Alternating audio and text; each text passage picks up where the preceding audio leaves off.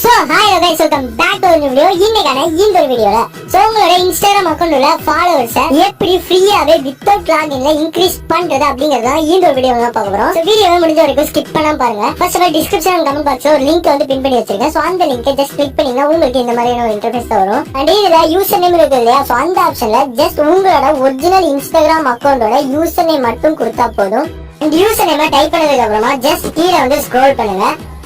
கீழே பாத்தீங்கன்னா get free followers ஒரு ஆப்ஷன் இருக்கு இல்லையா, சோ அந்த ஆப்ஷனை ஜஸ்ட் கிளிக் பண்ணுங்க. அண்ட் கிளிக் பண்ணதுக்கு அப்புறமா உங்களுக்கு இந்த மாதிரி ஒரு 1 செகண்ட் லோட் ஆகும்.